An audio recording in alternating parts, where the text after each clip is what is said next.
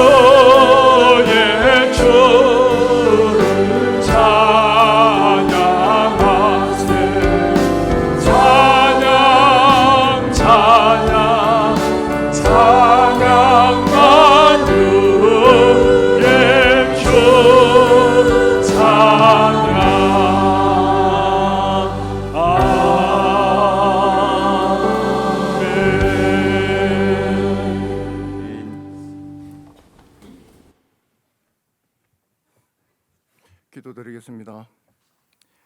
하나님 아버지, 은혜와 사랑에 감사를 드립니다.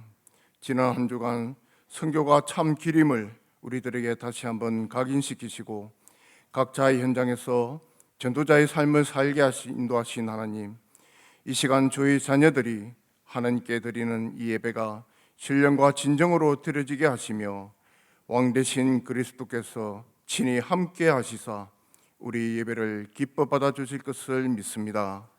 그리스도 안에 있는 자들에게 결코 정죄함이 없나니 죄와 사망의 권세에서 그들을 해방시켰다고 선포하신 주님, 비록 부족하고 모자라며 때때로 낙심하며 살아가기도 하는 연약한 우리들이지만 우리들을 결코 놓치지 않으시는 하나님의 언약된 말씀과 같이 주님 오시는 날까지 전도와 선교의 사명을 놓치지 않고 항상 지속해 나가는 우리 하나교회와 모든 성도님들로 인도함 받을 수 있도록 은혜를 다하여 주시옵소서. 항상 말씀으로 우리들에게 참 믿음을 더하시는 담임 목사님께 오력이 회복되게 하시고 전가하시는 한 말씀 한 말씀이 우리들의 영과 혼과 골수를 찔러 쪼개는 참된 생명의 말씀으로 임하여 권세 있는 말씀으로 능력 있는 증인들로 우리들을 양육하는 귀한 전도 목회의 광단으로 항상 인도하여 주옵소서. 바른 복음을 전하는 교회가 희귀한 이 시대에 원색적인 참 복음이 선포되는 교회가 되게 하셔서 갈급한 영혼들에게 그리스도의 생명이 바른 답으로 전달되는 살아있는 교회로 항상 인도함 받게 역사하여 주옵소서. 또한 이 복음이 우리들의 영육 간의 문제들을 치유케 하시어 237과 5천 종족을 살리는 시 공간을 초월한 보좌의 축복을 누리게 하시사 오직 그리스도가 되어지는 성도들로 인도함 받게 역사하여 주옵소서. 우리 모두는 하나님의 유업을 기업으로 누릴 자들로 주께서 선택하셨사오니 237과 치유와 서밋의 축복을 누리는 교회로 금토일 시대를 통해 후대를 세우고 묵상운동을 통해 시대를 치유하는 교회로 인도하여 주옵소서.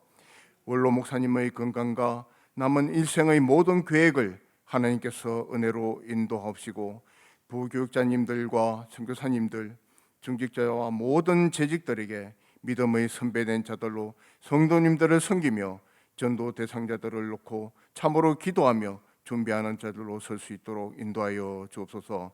이 시간 예배의 주인 되신 하나님 앞에 우리 잘못된 고집, 불신앙, 동기들을 내려놓고 영혼의 무릎을 꿇고 겸손한 자들로 서게 하여 주옵소서. 교만한 자들을 멀리 하시는 하나님을 알고 최고로 낮아지고 섬기는 모습으로 그리스도를 바라보게 하옵소서. 하나님께서 주시는 말씀, 복음의 가치를 알고 그 말씀 앞에 우리 모든 것들을 내려놓게 하옵소서. 참된 사랑을 실천하는 성도들에게 하나님의 자녀임을 모든 이들이 알게 되리라 하셨사오니 섬김과 존중, 언약의 전달자로서 초대교회의 성도들과 같이 청성받는 우리 하나교회의 모든 성도들에게 역사하여 주옵소서. 우리 아버지 되신 하나님을 바라보며 하나님의 절대 주권 속에 우리의 모든 일생과 세상의 역사가 이루어짐을 알고 100% 하나님을 신뢰하며 하나님의 뜻을 삶 속에서 누려나가는 성도님들 되게 인도하여 주옵소서. 주일학교와 렘넌트들을 양육하는 전도사님들, 교사님들의 수고로움을 하나님께서 아시오니 언약 가진 후대들을 키우는 그 귀한 사역에 힘을 다하시며 그 노고를 하나님께서 기억하여 주옵소서. 영상으로 예배에 함께 하시는 흩어져 있는 성도님들께도 같은 은혜로 이 시간 인도하여 주옵소서. 찬양대의 찬양 소리에 악한 막이 떠나가게 하옵시고 성령 충만한 찬양으로 모든 성도님들께 은혜를 더하는 찬양으로 인도하여 주옵소서. 예배의 시종을 주께서 역사하시며 우리를 위해 십자가 지신 지금도 살아계시는 주 예수 그리스도 이름으로 감사하며 기도드리옵나이다. 아멘.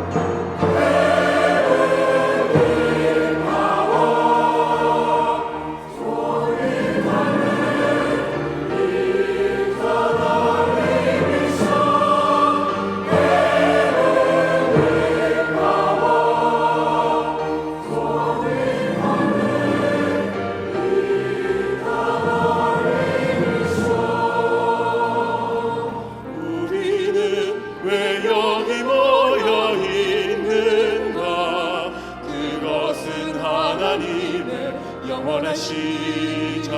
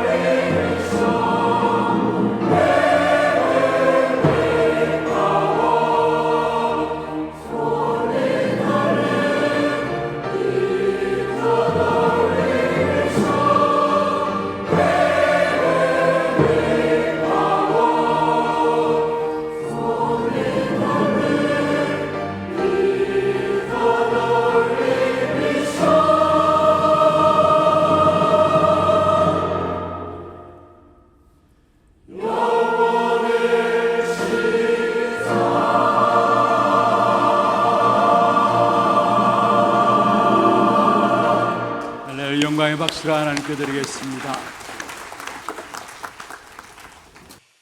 사무엘상 22장입니다. 사무엘상 22장 1절 말씀부터 10절 말씀까지 교독을 하도록 하겠습니다.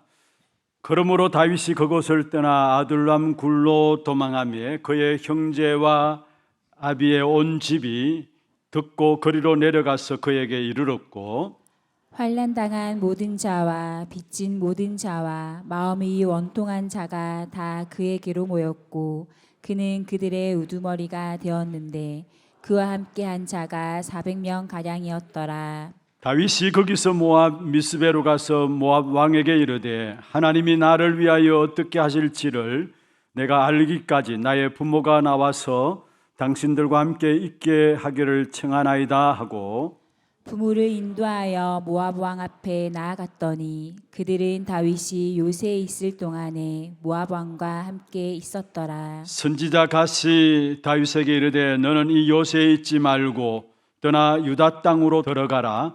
다윗이 떠나 헤레스불에 이르니라. 사울이 다윗과 그와 함께 있는 사람들이 나타났다 함을 들으리니 그때 사울이 기브아 높은 곳에서 손에 단창을 들고 에셀나무 아래에 앉았고 그의 모든 신하들은 그의 곁에 섰더니 사울이 곁에 선 신하들에게 이르되 너희 베냐민 사람들아 들으라. 이새의 아들이 너희에게 각기 밭과 포도원을 주며 너희를 천부장 백부장을 삼겠느냐? 너희가 다 공모하여 나를 대적하며 내 아들이 이새의 아들과 맹세하였으되 내게 고발하는 자가 하나도 없고 나를 위하여 슬퍼하거나 내 아들이 내 신하를 선동하여 오늘이라도 매복하였다가 나를 치려 하는 것을 내게 알리는 자가 하나도 없도다 하니. 그때에 에돔 사람 도액이 사울의 신하 중에 섰더니 대답하여 이르되 이새의 아들이 노베에 와서 아이둠의 아들 아히멜렉에게 이른 것을 내가 보았는데 아히멜렉이 그를 위하여 여호와께 묻고 그에게 음식을 주고 블레셋 사람 골리앗의 칼도 주더이다. 아멘. 축복을 선하겠습니다. 평안하십시오. 당신은 세계살이를 선교사입니다. 하나님의 유업을 이을 자입니다. 은혜로운 찬양 감사합니다. 시달리는 우리고 흔들리는 우리지만은 살리시는 분은 오직 하나님이십니다. 오늘 또 우리를 살리시기 위해서 저와 여러분을 이 자리에 부르신 줄로 믿습니다. 말씀 듣는 가운데서 영적인 큰 힘을 얻고 여러분 한 사람 살아나면은 가정도 살게 되어 있고 교회와 현장도 살게 되어 있고 모든 것 살아나게 되어 있습니다. 먼저 오늘 말씀 듣는 가운데 여러분의 영적인 힘을 회복함으로 말 살아나는 그런 축복의 예배가 되기를 다시 한번 주의 이름으로 축원합니다. 3주간 중남미 순회 사역을 은혜 가운데 마치고 또 가기 전에 메시지들을 우리가 인도받은 부분들이 사무엘상을 중심으로 해서 지금 계속 인도를 받아왔습니다. 순회 사역 나가기 전에도 사무엘상 21장 마지막 부분에 있는 부분들 가지고 같이 좀 말씀을 또 같이 나누었었는데요. 오늘 이 시간에도 사무엘상 21장과 22장 전체를 우리가 함께 살펴보면서 우리가 정말로 중요한 응답을 받을 수 있는 자리에 서 있는가, 어디에 서 있는가라는 제목으로 말씀을 받겠는데, 특별히 응답받는 자리에 서는 오늘 저와 여러분 되기를 주의 이름으로 축원합니다. 사무엘상 21장과 22장은 다윗의 일생에 있어서 가장 어려움을 당한 그런 시간표에 있었던 일들이었습니다. 한때 다윗이 블레셋의 장군인 골리앗을 이기고 돌아오는 과정 속에 이스라엘 백성들이 다윗을 놓고 하나님을 찬송했는데, 사울이 죽인 자는 천천히요 다윗이 죽인 자는 만만이로다. 그렇게 하나님을 찬양하는 그 영광스러움의 역사들이 있었습니다마는, 그러나 그것 때문에 사울 왕의 마음에 시기심이 들게 되고 결국 사울 왕이 3,000명의 군사를 어떤 면에서 특수부대를 조직해서 다윗을 죽이기 위해서 혈안이 되어 있었던 부분들이 성경에 나오고 있는데, 그 가장 위기의 시간표가 바로 21장, 22장에 나오는 내용들이었습니다. 먼저는 사무엘상 21장의 1절부터 전반부에 보면은 이 다윗이 너무나 두렵고 위기를 당하니까 피해서 어디로 도망갔느냐? 놉 땅에 들어가서 제사장 아히멜렉에게 거짓말을 하게 되죠. 왕의 제사장 아히멜렉이 묻습니다. 왜 네가 혼자냐? 물을 때에 이 다윗이 제사장에게 거짓말하게 됩니다. 왕의 심부름이 너무 중요한 심부름이라 가지고 나 혼자 보냈다. 다른 사람은 알면 안 되니까 거짓말을 하고 거짓말의 행동을 한 것이죠. 그러면서 이 다윗이 아히멜렉에게 요구를 했습니다. 제사장에게 내가 지금 너무 배가 고프니까 떡을 좀 달라. 나중에 살펴보겠습니다만은 사실 거기에 제사장 아히멜렉이 다윗에게 떡을 주게 되죠. 떡을 주면 안 되는 겁니다. 또 다윗이 떡을 요구할 자격이 없습니다. 그런데 너무 힘들고 어렵고 배고프니까 떡을 좀 달라. 그렇게 되어지는 부분들 보게 됩니다. 그리고 나서 제사장 아히멜렉이 또 묻습니다. 아니, 네가 왜 칼과 창도 가지지 않고 이렇게 내려왔느냐 하니까 또 다윗이 거짓말을 합니다. 내가 너무 급하게 달려오는 바람에 아무것도 준비하지 못했다. 네한테 칼과 창이 있느냐? 제사장이 물었습니다. 제사장 당신에게 칼과 창이 있습니까? 그러니까 제사장 아히멜렉이 합니다. 마침 골리앗을 처부수고 승리해서 거두어들었던 그 골리앗의 칼이 저 에봇 뒤에 숨겨져 있습니다. 에봇 뒤에 쌓여져서 있습니다라고 이야기를 했어요. 그러니까 다윗이 제사장에 요구합니다. 그 칼을 그만 내게 좀 달라고 했어요. 골리앗의 칼이죠. 그 칼을 내게 좀 달라. 그게 사무엘상 21장에 나와요. 여러분, 사무엘상 17장 여러분 골리앗 앞에 나갈 때 다윗의 모습을 좀 기억하십니까? 골리앗 앞에 나가게 될 때 다윗이 뭐라 했습니까? 칼과 창으로 너는 나에게 나오지만 나는 만군의 여호와의 이름으로 내게 나아간다. 그런데 그렇게 했던 다윗이 그 엄청난 믿음의 역사는 어디 가버리고 다윗의 무너진 모습을 보여주고 있는데, 골리앗 그 칼을 내게 좀 달라고 했어요. 그 칼을 내게 좀 달라. 그래서 그 칼을 집어들게 되고 또 너무나 힘들고 어려우니까 또 도망쳤는데 사실은 이스라엘 백성들에게 있어서는 적군이죠. 블레셋 가드로 도망가게 됐어요. 여러분 골리앗이 어디 지방의 사람입니까? 가드 사람이에요. 그 적군의 나라에 도망갔어요. 얼마나 위급했으면은, 얼마나 마음에 두려움이 있었으면은 적군의 나라에 그것도 도망갔겠습니까? 그래서 블레셋 왕 아기스 왕 앞에서 진짜 미친 짓을 하게 되었죠. 그 블레셋 사람들이 이 다윗을 보고 아는 체를 하니까 큰일 났구나 싶어가지고 성경에 보면은 대문에 거적거리며, 대문 짝에 거적거리며 침을 흘리는데 그 침이 흘린 침이 수염에 흘러내도록, 한마디로 정신 나간 사람처럼, 미친 사람처럼 행동함으로 말미암아 결국 블레셋 왕 아기스 왕이 쫓아보냈습니다. 강야로. 그게 21장에 나오는 내용들이었어요. 그리고 나서 오늘 본문에 보면 강야로 쫓겨난 그 상황 속에서 이 다윗이 어디로 가게 되느냐? 아둘람 굴에 들어가게 됩니다. 21장 1절부터 저와 여러분 읽은 부분들인데, 아둘람 굴에 피신하게 되는데, 여러분 이스라엘 백성들에서 굴은 두 가지 의미를 가지고 있죠.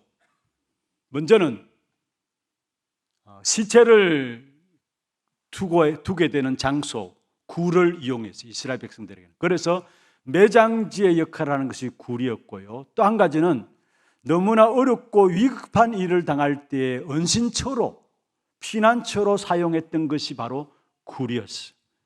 이 다윗에게서 너무나 어렵고 힘든 위기의 상황이 오니까 사실은 다윗을 죽이기 위해서 사울 왕은 3,000명의 군사를 동원해서 추격해 오고, 그런 가운데서 아둘람 굴로 피신한 겁니다. 그 굴로 피신했는데 거기에 사실은 아둘람 굴에 있다는 이야기를 듣고 다윗의 아버지와 다윗의 형제들이 그 굴로 내려왔어요.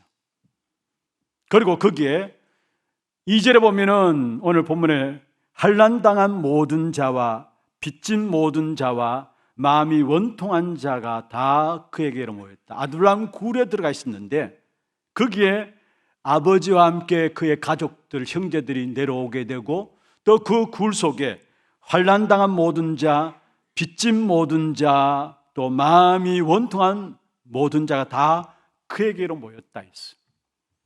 어떤 면에서 굴 속에서 다윗 왕국의 시작이 되었음을 보게 돼요.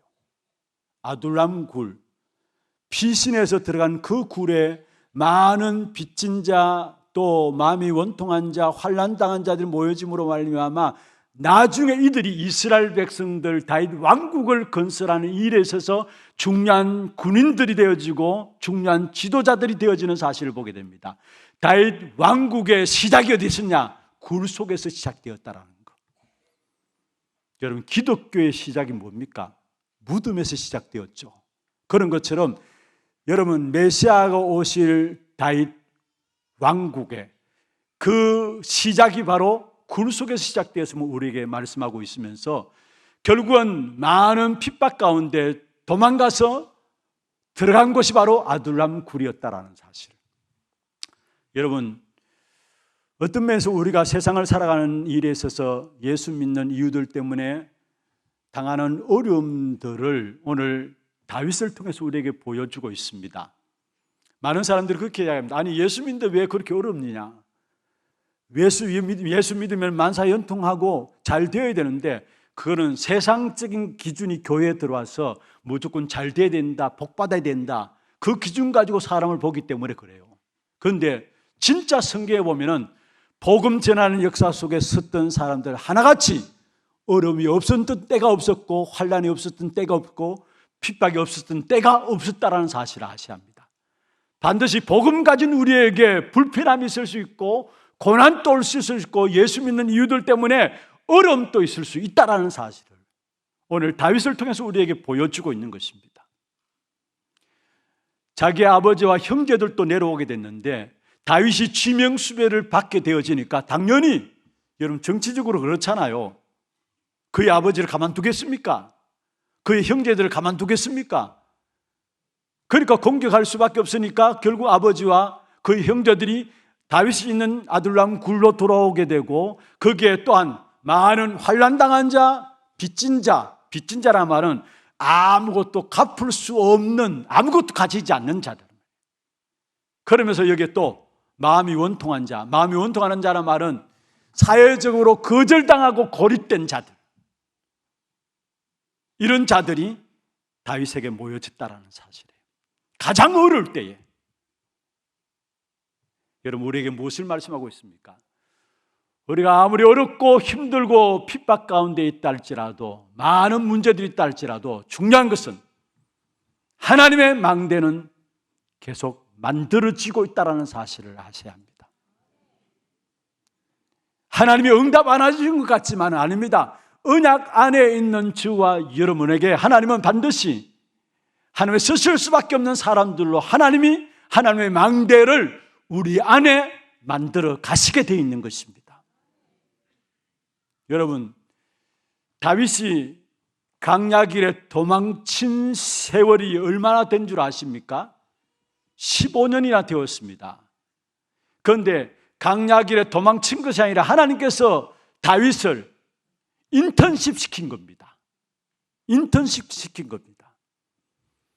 어떻게 강야 그 어려움 현장에 가볼 수 있습니까? 한 나라의 왕이 뒤쫓아 와야 가볼 수 있는 그런 현장으로 다윗이 내몰아지게 되었는데, 그런데 그 강야에서 다윗은 군사 전문가로서, 내복 전문가로서 하나님의 인도하심이 무엇인가를 아는 사람들로 하나님은 만들어갔다는 사실을 우리에게 보여주고 있습니다.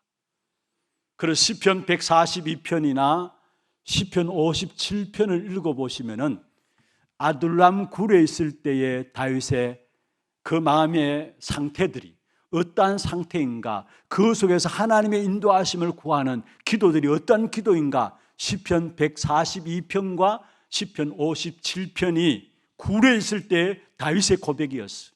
무엇을 말합니까?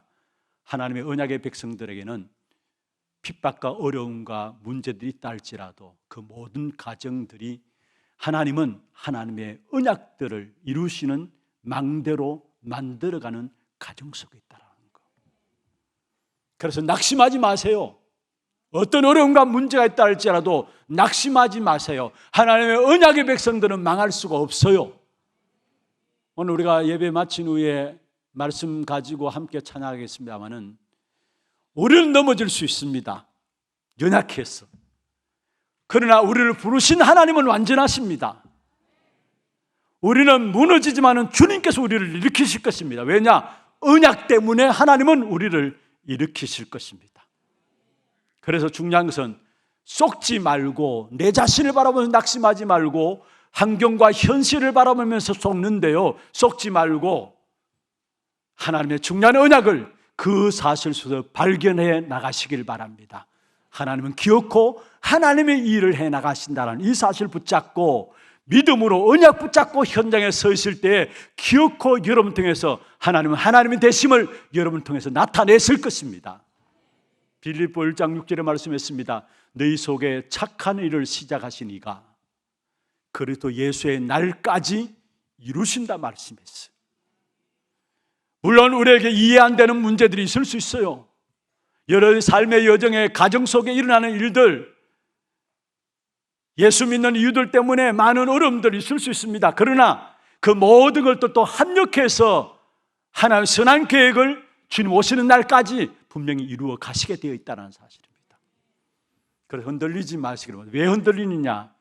흔들리는 것은 먼저 첫 번째로 하나님의 시작을 몰라서 그래요. 하나님의 시작을 몰랐어. 하나님은 언제든지 하나님의 역사를 시작하기 전에 대단한 사람을 불러 모은 게 아닙니다. 능력 있는 사람을 불러 모은 것도 아닙니다.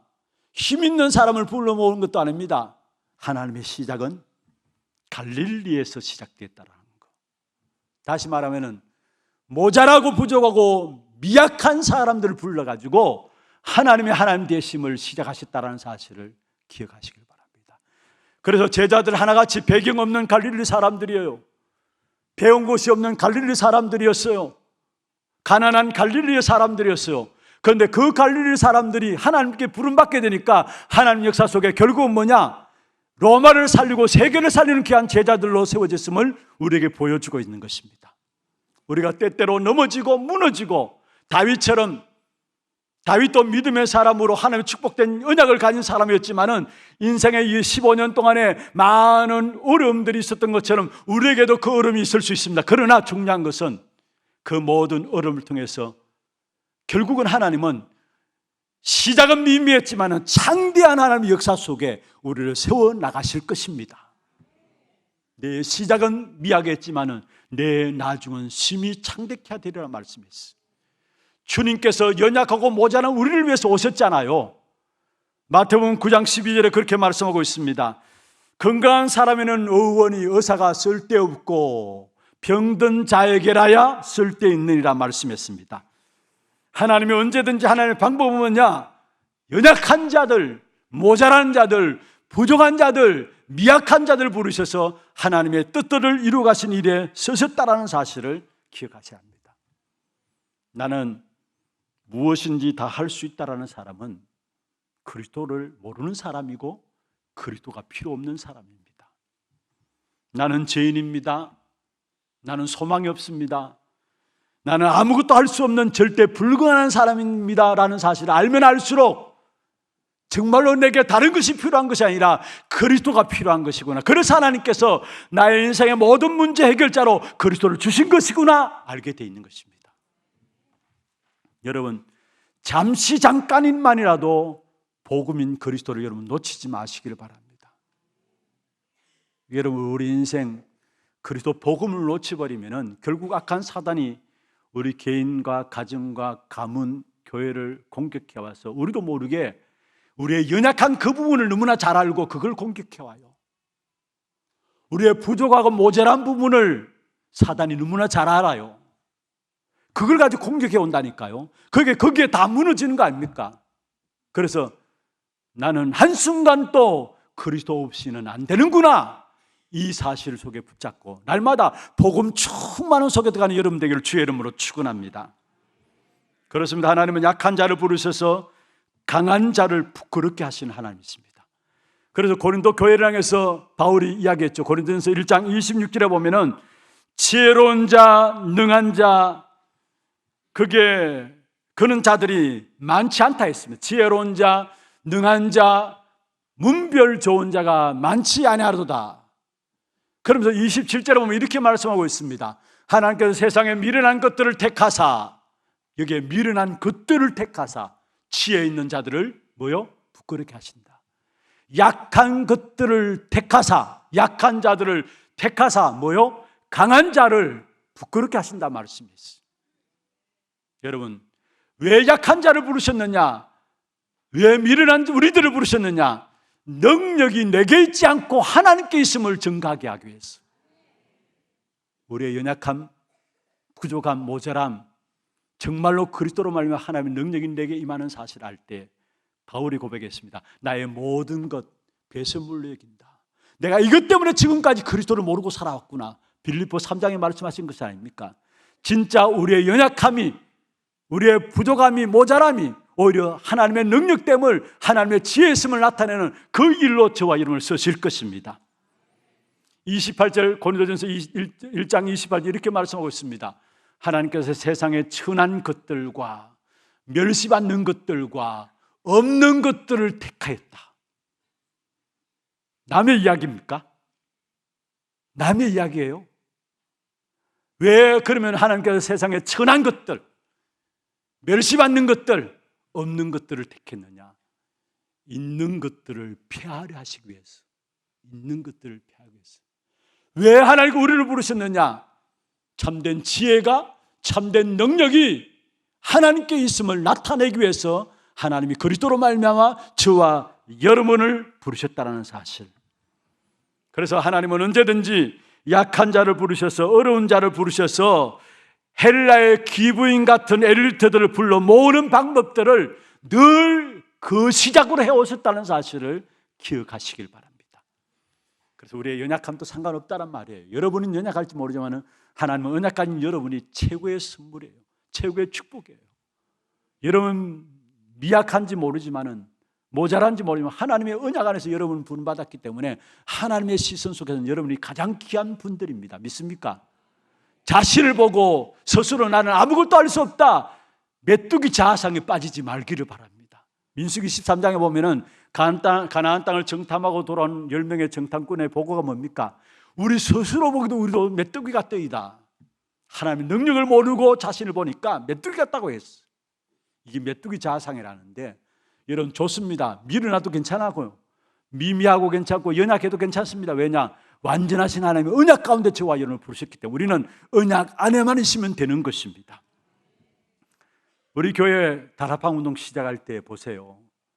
여러분 이미 많은 분들 아시잖아요. 처음 우리 하나교회, 죄송합니다 이런 말씀 드려서, 아줌마 부대, 아줌마들이 복음 받고 충격을 받았어요.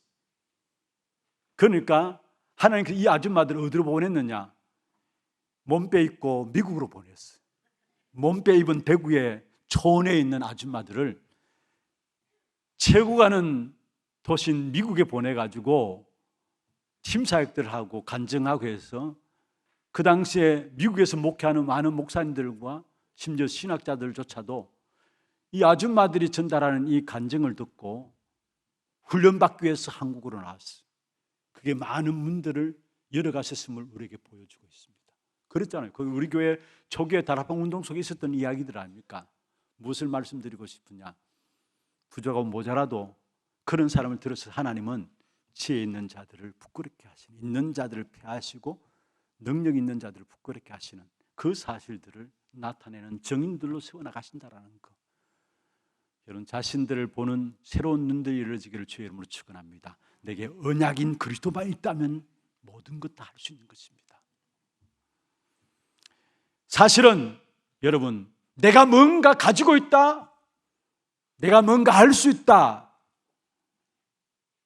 그런 사람들은 제자가 될 수 없어요. 아니, 물론 하나님께서 하시면 안 되는 게 없죠. 그러나 내가 뭔가 할 수 있고 내가 뭔가 가지고 있다는 사람들은 사실은 예수님을 따라갈 수 없음을 보게 돼요. 정말로 배우지 못한, 아무것도 가지지 않은, 왜냐하면 초대교회가 그런 사람들이었기 때문에 유대인들이 얼마나 핍박했습니까? 핍박해도 핍박 그대로 받고, 이렇게 무너뜨리면 이렇게 무너지고 이렇게 무너뜨리면 무너지고, 그런 사람들 초대교회 성도들이었는데 그런 사람들이 예수님을 따르게 되고 결국 그들 가운데 제자로 세워지는 사실들을 보게 됩니다. 무엇을 말하고 있습니까? 우리가 가진 것 때문에 우리도 모르게 복음을 놓칠 수 있다는 사실을 기억해야 합니다. 주님을 따르는 일에 있어서 나의 가진 것 때문에 주님을 온전히 따라가지 못하는, 그리스도를 온전히 바라보지 못하는 그 사실을 볼 수 있어야 합니다. 그래서 어떻게 하든지 간에 그리스도가 중심되어지고 내 기준과 내 모든 계획들, 내가 체험했던 것들 내려놔야 합니다. 그렇지 않고서는 주님을 온전히 따라갈 수가 없어요. 역사 속에 그랬고요. 지금도 그렇습니다. 어떤 면에서 복음보다도 나의 의들을 가지고 있는 사람들도 마찬가지입니다. 우리의 의는 오직 예수 그리스도가 우리의 의입니다. 그런데 많은 분들이 신앙생활하면서 나 자신의 의를 가지고 살아가요. 그래서 결국 뭐냐? 엄청난 축복된 복음의 가치를 깨닫지 못해요. 내가 가진 조그만 지식들, 내가 가진 뭔가 배경들, 그런 배경들 때문에 여러분 그리스도 복음을 깨닫지 못한다면 그것만큼 억울한 일이 있을 수 없잖아요. 그런데 그런 사람들이 많이 있다는 사실. 그래서 어떻게 하든지 간에 날마다 그리스도가 나의 모든 것이 되어지고 그 속에 나의 기준도 나의 체험도 나의 의도 내려놔야 된다는 사실. 아닙니다. 그리스도 기준 깨닫게 되면, 가치를 깨닫게 되면 내려놔집니다.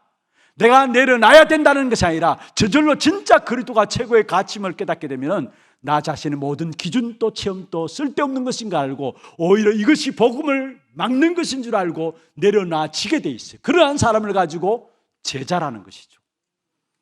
그래서 초대교회 제자들은 가진 것 없기 때문에 예수님을 따라가는 게 오히려 쉽었습니다. 핍박이 있어도 상관없었습니다. 어차피 어려움 당했으니까. 그리고 분명히 연약한 자, 모자란 자를 통해서 하나님의 일들이 시작되었다는 이 하나님의 방법을 안다면은 우리는 누구든지 수용하고 이해할 수가 있는 겁니다. 여러분, 우리가 신앙생활 속에서 우리 자신의 한계를 넘어서야 되는데 한계에 늘 부딪히는 것이 뭡니까? 많은 것들이 있을 수 있습니다만은 특별히 인간관계, 나 자신의 한계에 넘어지는데 인간관계를 넘어서지 못하는 거예요. 그런데 하나님의 방법이 연약한 자, 모자란 자, 부족한 자를 들어서서 세계를 살리는 이 일을 하시는 하나님의 방법을 안다면은 그 어떤 사람도 수용할 수 있고 이해할 수 있는 것입니다. 그런데 나는 하나님의 은혜로 수용하고 이해하는데 그게 뭡니까? 흑암의 역사들이 꺾이는 것입니다. 참된 복음의 가치를 아니까 나 같은 사람을 부르셔서 하나님이 쓰시는 사람으로 세워나간 사실을 알면 알수록 현장에 나 같은 사람들이 많이 있는데 그 사람 또한 하나님의 은혜가 필요하고 오직 그리스도가 필요한 사람이라 아니까 수용하게 되고 이해하게 돼 있어요. 그러니까 나의 한계를 뛰어넘지 못하는 인간관계 수용하고 이해할 때 그 한계를 뛰어넘는 것입니다. 거기에 흑암의 역사들이 무너져 내리게 되는 것입니다. 그래서 중요한 것은 여러분 자신들이 날마다 그리스도 복음으로 치유되기를 바랍니다. 그리고 여러분을 만나는 모든 사람들에게 그리스도 복음으로만 치유될 수 있도록 도와주시길 바랍니다. 갈급한 사람들의 특징이 있습니다. 영적인 문제 있는 사람들의 특징이 있으면 뭔 줄 아십니까? 조급합니다. 이리저리 많이 설칩니다. 뭔가 모르게 자꾸 뭔가 신기한 것을 찾아다니고요, 기다리질 못합니다. 뭔가 자극적인 것을 바라고요. 그게 갈급한 사람들의 특징이고 뭔가 영적 문제 가진 사람들의 특징입니다. 그래서 한 교회 끈덕지게 붙어서 신앙생활 한다는 게 쉽지 않아요. 영적인 힘이 있어야 한 교회 계속해서 신앙생활 할 수 있는 그게 나오거든요. 그런데 뭔가 만족감이 없으니까, 갈급하니까 이 교회 갔다 저 교회 갔다 뭐 기도 받으러 갔다가 뭔가 큰 신비적인 능력이 나가면은 그게 무릎 꿇게 되고 그런 일들을 하는 겁니다. 여러분, 그렇다고 해서 치유되어집니까? 물론 잠시 잠깐의 도움은 받을 수 있지만 진정한 치유는 오직 그리스도 복음으로만 치유되게 돼 있어요. 저와 여러분의 그리스도 복음으로만 치유되어지고 여러분을 만나는 모든 자들에게 그리스도 복음으로만 치유함으로 말미암아 그 치유받은 사람들이 절대 제자로 세워지는 그런 축복된 역사들을 누리게 되기를 주의 이름으로 축원합니다. 분명히 하나님의 시간표는 오게 돼 있어요.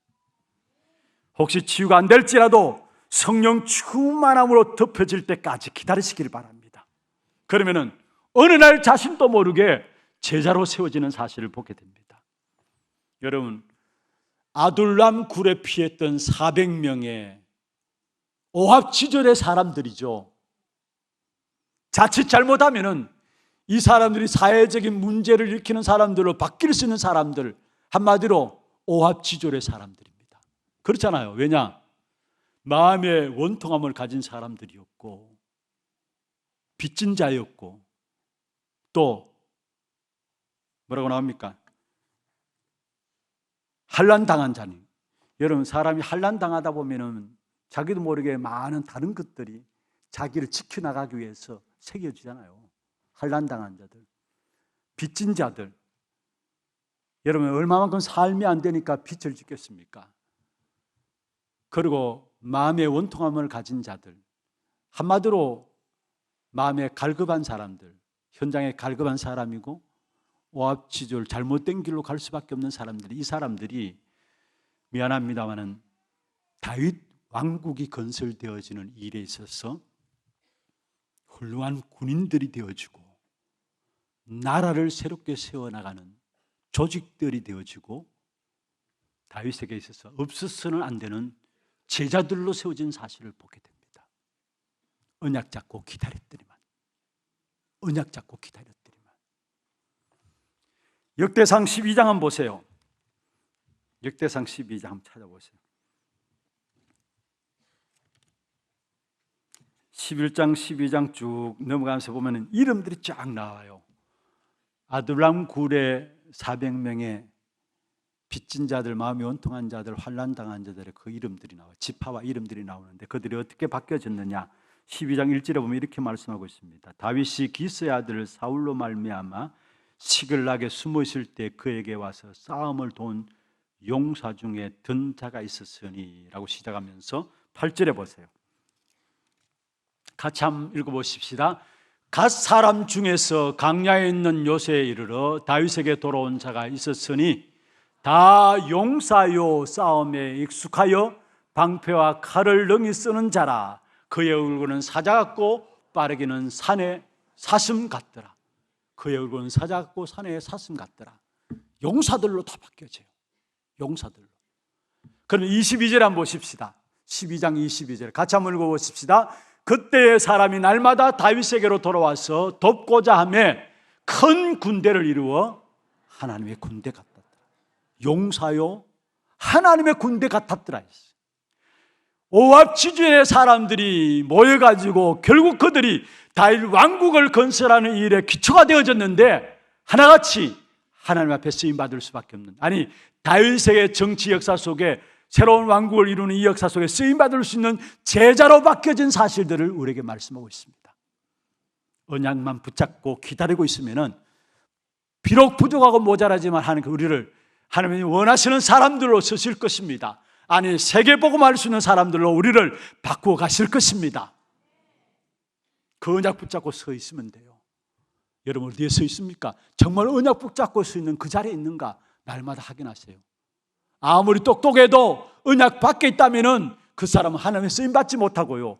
아무리 부족하고 모자라다 할지라도 하나님 언약 안에 있다면은 그 언약 안에 있는 하나님의 사람들을 그 사람의 모자람과 수준과 상관없이 세계복음화의 정의로 세우시게 돼 있어요.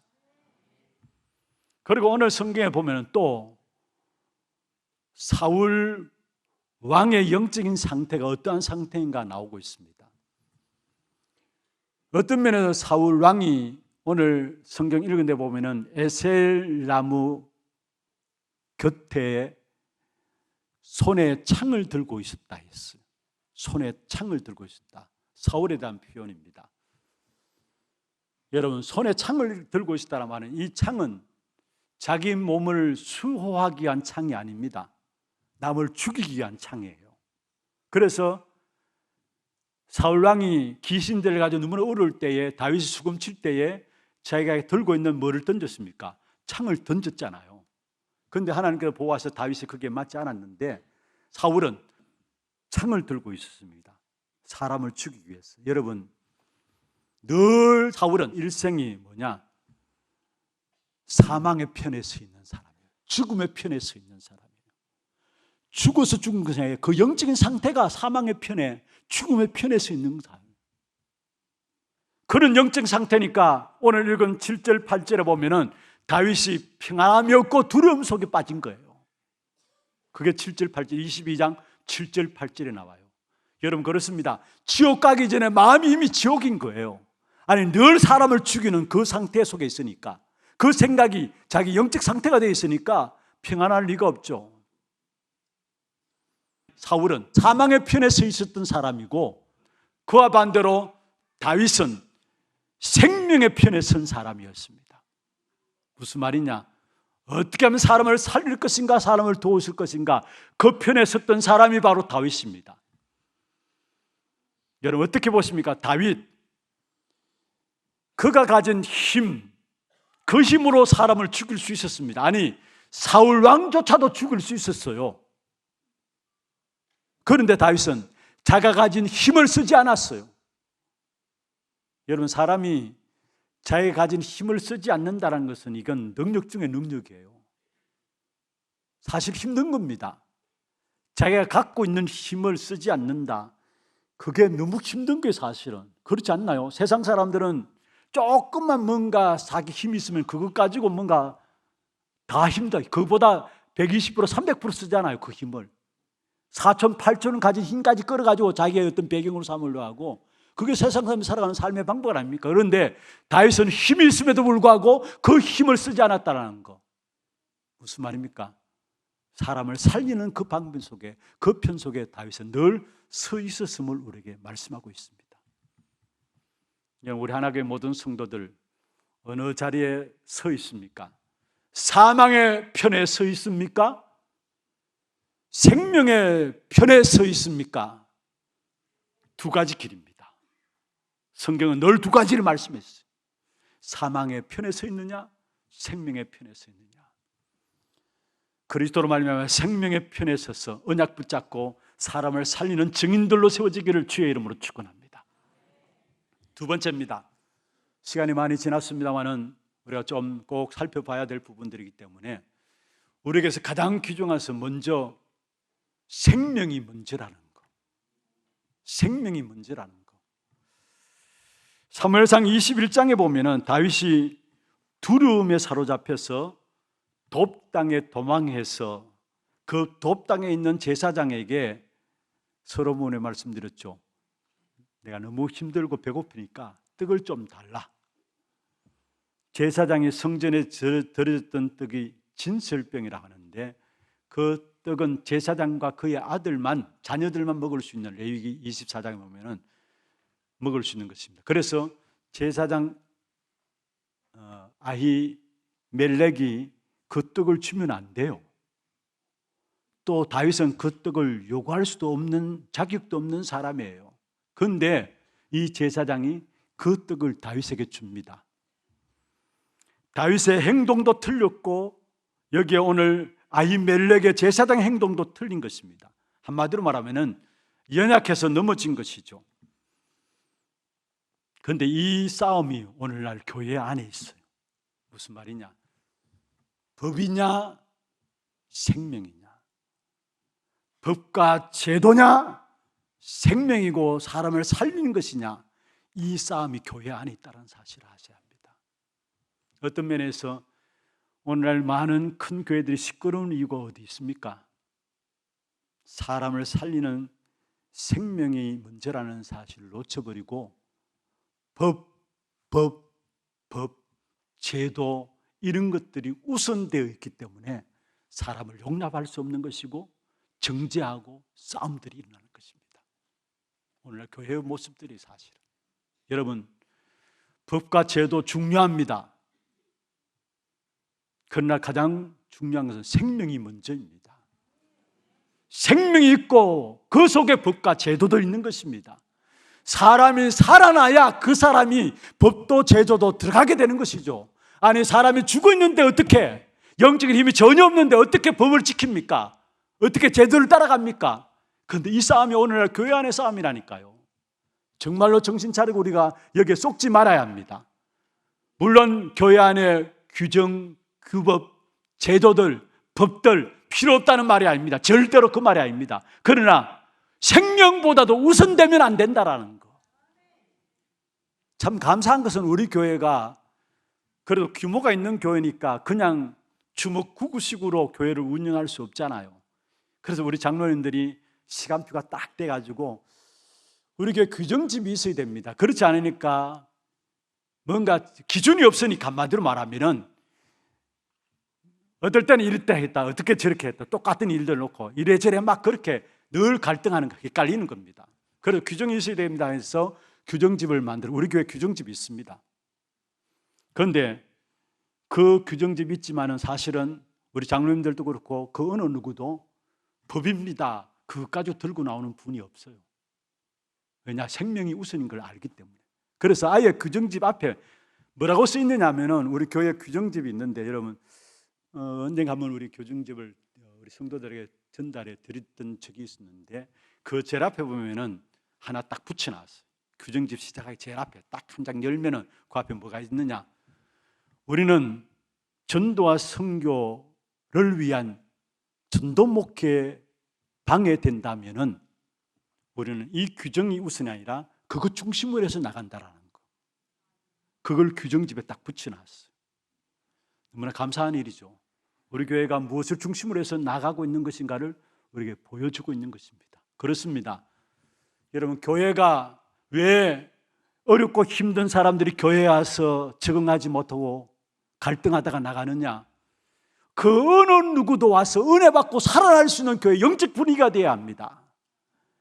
율법을 가지고, 물론 율법이 필요 없다는 말도 아니죠. 율법이 있어야 복음을 깨달으니까. 그런데 율법 가지고 사람을 정죄하고 판단하고 모두 잘라내고 하면은 그 어느 누구도 살아남을 수가 없어요. 영적 분위기, 영적 문제 있는 사람은 알아듣습니다. 그 분위기를 압니다. 정말로 간절히 소원하는 것은 우리 하나교회는 그 어떤 사람이 교회 온다 할지라도 평안함을 누리고 교회 안에 치유되어지고 제자로 세워질 수 있는 생명이 우선인 교회가 되기를 주의 이름으로 축원합니다. 많은 힘든 사람들이 와서 상처 가지고요, 안 그래도 교회 오기 전에 상처 가지고 힘들어서 교회 왔는데 교회 와서 또 상처를 받고 돌아간다면 그 사람은 어떻게 할 것입니까, 여러분? 그래서 우리는 먼저 살려야 합니다. 생명으로 살려야 합니다.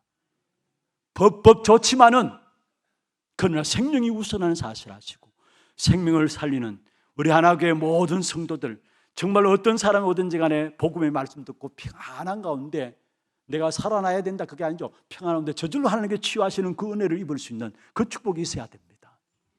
여러분, 영적 문제 있는 사람들 교회 딱 가보면요, 이 교회가 어떤 교회인가 압니다. 정신적으로 어렵고 힘든 사람들 교회 딱 오면은, 메시지 딱 듣고 하면은 이 교회가 어떤 교회인가 압니다. 그런데 거기에 율법이 나가고 거기에 뭔가 법과 뭔가 제도를 자꾸 이야기한다면은 미치는 겁니다. 그 사람들 한마디로 말하면. 그래, 정말로 생명이 우선인 교회. 오늘 다윗도 틀린 행동이었고 아비멜렉도 틀린 행동이었고 연약해서 무너진 것입니다. 그런데 중요한 것은요, 여기에 예수님께서 이 다윗과 아비멜렉의 이야기를 예를 들면서 다윗과 아비멜렉의 손을 들어주었어요. 다윗과 아비멜렉의 손을 들어주었어요. 생명이 우선이라는 이 사실에 손을 들어줬어요. 어디 나오느냐? 마태복음 12장에 보면은 1절에 제자들과 함께 예수님께서 안식일에 밀밭 사이로 지나갔습니다. 그런데 밀밭 사이로 지나가는데 제자들이 배고팠겠죠. 그래서 밀을 손으로 부벼가지고 아마 먹었겠죠. 그걸 늘 항상 법 하는 바리새인들이 성경을 가지고 있으면서도 생명에 전혀 관심 없고 오직 법, 제도, 그걸 강조하는 바리새인들이 딱 보고 거기에 제자들이 딱 걸려드는 겁니다. 그래서 예수님 앞에 이야기했죠. 아니, 당신 제자들이 안식일에, 그것도 안식일에 이 보리를 비벼서 먹는 것, 이게 과연 합당한 일이냐? 한마디로 잘못된 일 아니냐? 이렇게 걸고 넘어진 겁니다. 그게 예수님께서 그 바리새인들에게서 뭐라고 말씀하셨느냐? 오늘 본문에 나오는 이 아비멜렉과 다윗의 이야기를 하고 있어요. 한번 보십시다. 12장. 마태복음 12장요. 3절부터 8절까지, 3절부터 7절까지, 그 앞에 나오면 안식일의 밀밭 사이로 제자들이 시장하니까 이삭을 잘라 먹은 것을 이야기하고 있고, 2절에 바리새인들이 보고 예수님께 한마디로 정죄한 거죠. 이래서 되느냐라고. 그때 예수님께서 어떻게 이야기했냐면 3절부터 7절까지 같이 한번 읽어보십시다. 예수께서 이르시되 다윗이 자기와 그 함께한 자들이 시장할 때에 한 일을 잃지 못하였느냐? 그가 하나님의 전에 들어가서 제사장 외에는 자기나 그 함께한 자들이 먹어서는 안 되는 진설병을 먹지 아니하였느냐? 또 안식일에 제사장들이 성전 안에서 안식을 범하여도 죄가 없음을 너희가 율법에서 읽지 못하였느냐? 내가 너희에게 이르노니 성전보다 더 크신 이가 여기 있느니라. 나는 자비를 원하고 제사를 원하지 아니하노라 하신 뜻을 너희가 알았더라면 무죄한 자를 정죄하지 아니하리라. 할렐루야. 무슨 말이에요? 한마디로 말하면 여러분 쉽게 이야기할게요. 다윗과 아히멜렉 제사장의 행동이 틀린 것이고 율법에 정죄에 당할 수밖에 없는 행동이지만, 그러나 예수님께서 그 다윗과 아비멜렉의 손을 들어줬어요. 생명이 우선이라는 말이에요. 생명이 우선이라는, 거기에 손을 들어준 겁니다. 그리스도로 말미암아 생명 얻고 생명 누리고 전하는, 이것이 우리의 모든 우선이 되기를 주의 이름으로 축원합니다. 여러분, 정말로 교회 중요한 응답들을 놓치고 있는 부분들이 무엇인가를 우리가 알아야 합니다. 어느 길에 서 있느냐. 생명의 이 길이 우선인지를 모르는 한 사람의 범죄함이 얼마나 엄청난 그 결과를 가져오는가 또 한 가지만 마지막 말씀드리겠습니다. 사무엘상 21장에 보면은 사울의 어떤 집사 역할을 했던 도액이라는 사람이 나와요. 7절에 사울 왕에 있어서 집에 집사 역할을 했던 도액이라는 사람이 나오는데 이 사람은 에돔 사람이라 했어요. 에돔 사람은 에서의 후손입니다. 언약 밖의 사람들이죠. 생명의 길과 상관없는 에서의 후손이에요. 이 사람들이 가만히 성전 뒤에서 커튼 뒤에서 쫙 지켜봤어요. 이 다윗에게 아비멜렉이 어떻게 하는가. 떡을 주며 칼을 주거든요. 그걸 가지고 이제 22장 오늘 본문에 9절, 10절, 8절, 9절, 10절 여기 보면 뭘 하느냐? 결국은 뭘 합니까? 그걸 가지고 정죄하고 그걸 사울 왕에게 아뢰고 그래서 고발하고 심판했어. 어떻게 나오느냐? 내가 봤는데 이 아히멜렉 제사장이 다윗에게 음식도 주고 칼도 주더라. 그러니까 사울 왕의 입장에서는 기가 막힌 것이죠. 아니 자기가 죽여야 될 다윗 제사장이 음식도 주고 칼을 주었다. 이건 왕 앞에 반역하는 일이죠. 그래서 왕이 아히멜렉을 부릅니다. 왜 도대체 네가 이렇게 했느냐? 그것이 그들과 공모하면서 나를 대적함이 아니냐. 성경 그대로 나와요. 나를 대적함이 아니냐. 그때의 아히멜렉이 제사장이 이야기합니다. 왕이요, 한번 생각해 보십시오. 다윗만큼 훌륭한 군인이 어디 있습니까? 다윗만큼 당신에게 충성하는 군사가 어디 있습니까? 호위 군인이 어디 있습니까? 한마디로 말하면 다윗은 너무나 훌륭한 군사라고 이야기를 했어요. 그러니까 이 사울왕이 화가 난 거예요. 그래서 좌우에 있는 군인에게 당장 아히멜렉과 그 자녀들을 죽이라 했어요. 그런데 좌우에 있는 신하들이 겁이 나니까 두려우니까 손을 대지 못한 겁니다. 제사장 집안을. 거기에 누가 나왔느냐? 정죄하고 고발한 도액이 나와가지고 결국 사울왕의 명을 받들어서 범죄를 일으키는데 하루아침에 세마포 에봇을 입은 85명을 그 자리에 죽이게 됩니다. 제사장들을 85명을 죽이게 되고 아히멜렉과 함께 그 제사장 가정 가문 그 남녀 심지어 자녀들 심지어 성경에 보면 젖먹이까지 죽이게 돼요. 엄청난 피 흘림이 일어났어요. 살리는 편에 서지 못하면 생명의 역사가 우선되지 못하면 결국은 어떠한 결과를 우리에게 가져온 것인가를 말씀하고 있는 것입니다. 그래서 이번 한 주간 21장, 22장 한번 쭉 그냥 조용하게 쭉 읽어보세요. 그 스토리를 한번 읽어보세요. 그러면서 내가 정말로 서야 할 자리가 어디인가, 어디에 서 있는가 제목인데 서야 할 자리가 어디 있는가 이것을 찾아내시고 저와 여러분은 생명의 편에 서기를 바라고 사람을 살리는 것이 우선인 저와 여러분 우리 교회가 되기를 주의 이름으로 축원합니다. 아둘람 굴에 있던 400명의 오합지졸의 사람들이 한마디로 말하면 다윗 왕국을 건설하는 훌륭한 군인들이 되어지고 나라에서는 없어서는 안 되는 훌륭한 제자들로 세워졌다는 사실. 그렇다면 연약하고 부족하고 모자란 우리들이 우리의 자신을 보지 말고 언약 붙잡으면 하나님께 우리 자신들을 치유하시고 기억하고 하나님의 귀중한 역사를 이루는 이 일에 쓰실 것입니다. 언약만 붙잡고 나가는, 그래서 생명의 편에 서고 생명의 역사들을 여러분 통해서 살아나는 이 일에 증인되어지는 귀한 축복된 응답이 있기를 주의 이름으로 축원합니다. 찬송하고 기도하는 시간 갖도록 하겠습니다. 나비록 연약하지만 하나님 완전하시고요, 어린 때때로 넘어져도 주님 일으키십니다.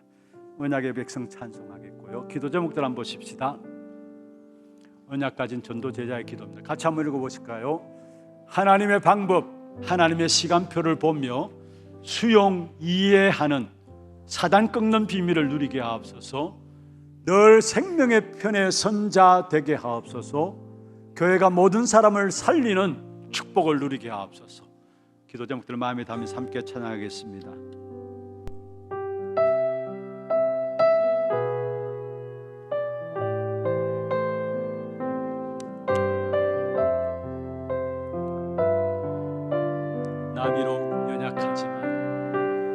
나비록 연약하지만 하나님 완전하시고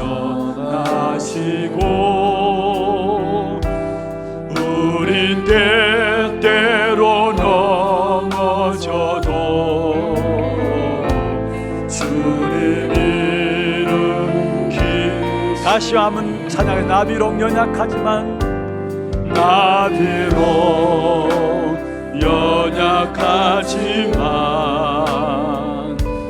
하나님 완전하시고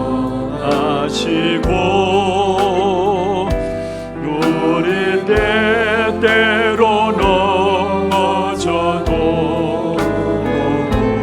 주님 이름 기시 주께서 함께 하시네. 주께서 함께 하시네. 우리는 언약의 백성 성령으로 역사하시네.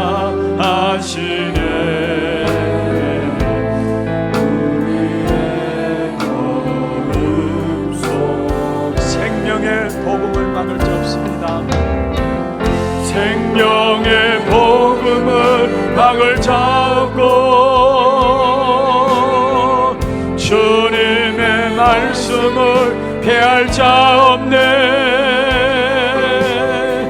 주님의 말씀은 이루어지리라. 그리스도의 이름으로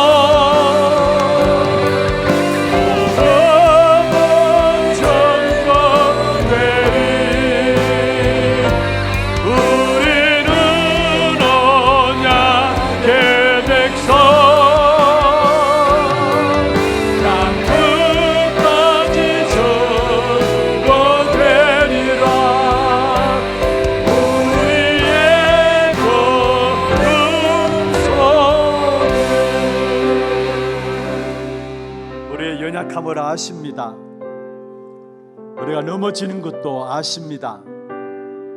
그러나 우리를 부르신 하나님이 완전하시고 그리스도로만 우리를 일으키셔서 땅끝까지 복음 증인들로 우리를 세우실 것입니다. 언약만 놓치지 않으면 됩니다. 정말 언약의 백성으로 언약 붙잡고 이번 한 주간 우리의 모든 삶의 현장에 생명의 편에 서게 하시고 모든 삶의 우선이 사람 살리고 사람을 세우고 사람이 힘을 얻고 사람을 치유하는 여기에 우리 모두가 설 수 있도록 역사하여 주옵소서. 우리 같이 기도 제목들을 가지고 한 음성을 한번 기도하겠습니다. 전능하신 하나님 아버지,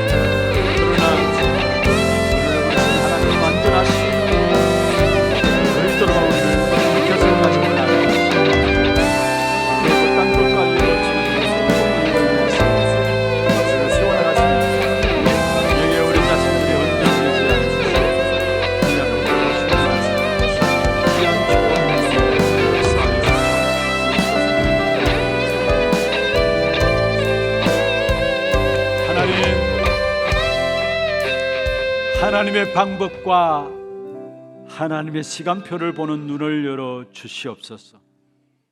생명의 편에 선 자들이 되게 하여 주시고, 우리 교회를 통해서 영적으로 너무나 어렵고 힘든 이 시대에 정말로 살리는 역사가 일어나는 귀한 축복된 응답이 있도록 역사하여 주시옵소서. 복음은 살리는 것입니다. 이 축복의 증인 되도록 우리를 치유하시고 또 현장에 이 축복된 증거를 허락하여 주시옵소서. 살아계신 예수 그리스도 이름으로 기도드리옵나이다. 아멘. 하나 교회 두이고 소식 보도록 하겠습니다.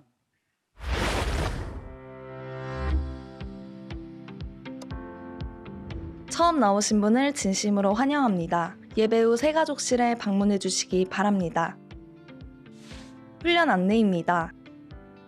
237 화요제자 훈련이 25일 화요일 덕평 RUTC에서 진행됩니다. 등록은 24일 월요일 오후 1시까지 위아.kr로 해주시기 바랍니다. 차량 신청은 교회 사무실로 해주시고 당일 오전 6시 교회에서 출발합니다. 토요 핵심 훈련이 29일 토요일 오전 9시부터 본당에서 시청하실 수 있습니다. 담임 목사님 일정입니다. 25일 화요일부터 29일 토요일까지 2025 RCA 미주 랩넌트 대회에 참석하십니다. 교회 소식입니다. 산업선교회 원래회가 오늘 2부 예배 후 하나홀에서 있습니다. 운영위원회가 오늘 오후 1시 30분 담임 목사실에서 있습니다. 전문별 포럼이 오늘 오후 2시 30분 고등부실에서 있습니다. 중독예방치유 사명자 모임이 오늘 2시 30분 초등부실에서 있습니다. 산업인 리더 집중훈련이 오늘 온세대 예배 후 초등부실에서 있습니다. 선교위원회가 오늘 온세대 예배 후 중등부실에서 있습니다. 각 교육기관 및 재직부서 회계장부를 오늘까지 사무실로 제출해 주시기 바랍니다. 지난주일 유아 세례와 세례를 받으신 분들께서는 사무실에서 세례 증서를 수령해 주시기 바랍니다. 2025년 전교인 화재대피 훈련이 다음 주일 2부 예배 후 즉시 진행됩니다. 노약자분들께서는 먼저 대피하기 위해 본당 뒤쪽 좌석에서 예배에 참석해 주시기 바랍니다. 훈련 시 엘리베이터 사용은 중단됩니다. 교회 김장 준비가 12월 1일 월요일부터 이틀간 오전 9시 교회 식당에서 있습니다. 남녀전도회 회원분들께서는 참여해 주시기 바랍니다. 2025년 전자기부금 영수증 발급이 의무화됨에 따라 개인 주민등록번호 제공 동의가 필수화되었습니다. 스마트 요람에 들어가셔서 하단 주민번호 수집 동의에 신청을 눌러주시기 바랍니다. 자세한 문의사항은 사무실로 해주시기 바랍니다. 스마트 요람 사진 업데이트 안내입니다. 스마트 요람 내 본인 사진을 최근 2년 이내 촬영한 것으로 변경하여 주시기 바랍니다. 자세한 문의사항은 사무실로 해주시기 바랍니다. 교인 동정입니다.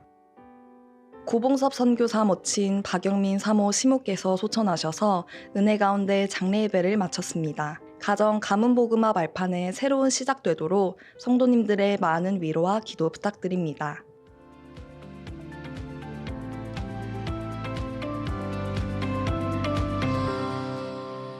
예, 감사합니다. 지난 주간에 우리 고봉섭 선교사님 귀한 가정에 더 어려움들이 있었습니다. 장례를 은혜 가운데 잘 마치었는데 오늘 이 자리에 우리 선교사님 가족이 참여했습니다. 잠시 일어서시고요, 인사하시길 바랍니다. 예, 박수로 위로해 주시고 또 함께 해주시길 바랍니다. 감사합니다. 예, 앉아주시고요. 준비하신 예물 하나님께 드리도록 하겠습니다. 그리고 오늘 새 가족 소개하겠습니다. 예물을 드리는 동안에 새 가족 소개하겠습니다.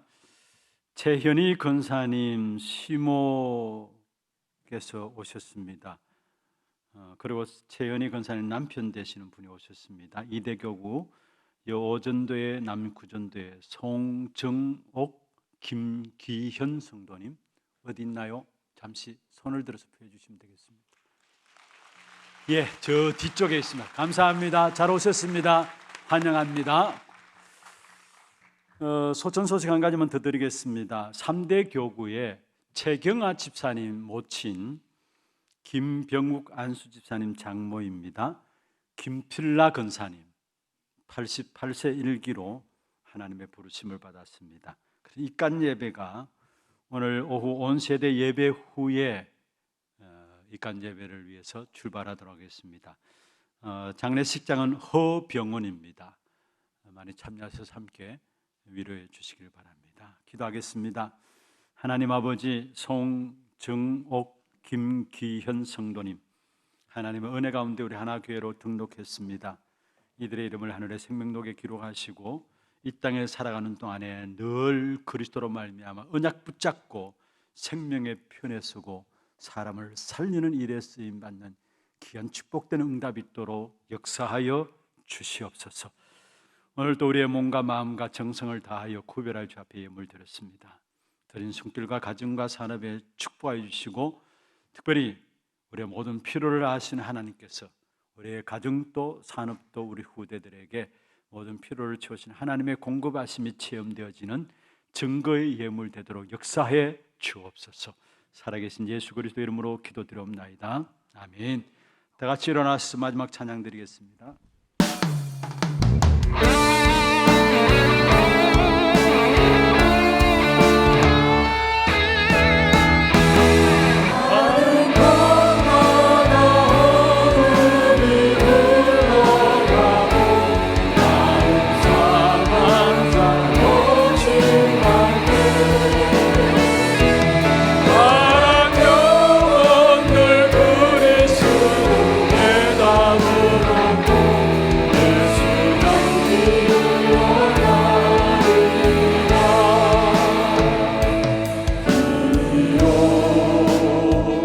진리 되신 주님 따르며 동행하니 나의 삶의 가장 큰 기쁨이요 자랑이요 감사하고